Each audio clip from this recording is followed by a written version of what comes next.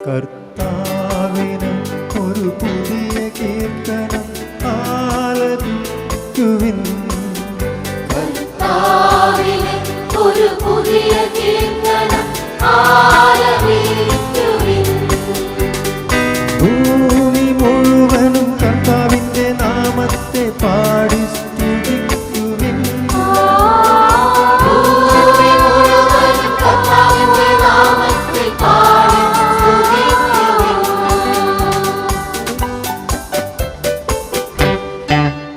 കർത്താവിനെ പാടി സ്തുതിക്കുവിൻ. അവിടുത്തെ നാമത്തെ വാഴ്ത്തുവിൻ. അവിടുത്തെ രക്ഷയെ പ്രതിദിനം പ്രകീർത്തിക്കുവിൻ. കർത്താവിന് ഒരു പുതിയ കീർത്തനം ആലപിക്കുവിൻ. കർത്താവിന് ഒരു പുതിയ കീർത്തനം ആലപിക്കുവിൻ. ഭൂമി മുഴുവനും കർത്താവിന്റെ നാമത്തെ പാടി സ്തുതിക്കുവിൻ. ഭൂമി മുഴുവനും കർത്താവിന്റെ നാമത്തെ പാടി സ്തുതിക്കുവിൻ.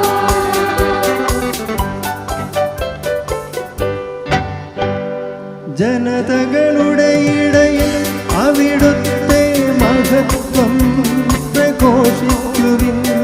ജനപദങ്ങളുടെ ഇടയിൽ അവിടുത്തെ അത്ഭുത പ്രവൃത്തികൾ വർണ്ണിക്കുവിൻ.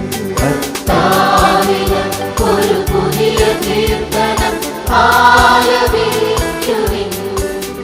കർത്താവിന് ഒരു പുതിയ കീർത്തനം ആലപിക്കുവിൻ.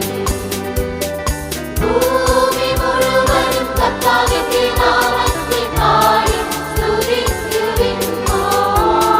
ഭൂമി മുഴുവനും കർത്താവിന്റെ നാമത്തെ പാടി സ്തുതിക്കുവിൻ.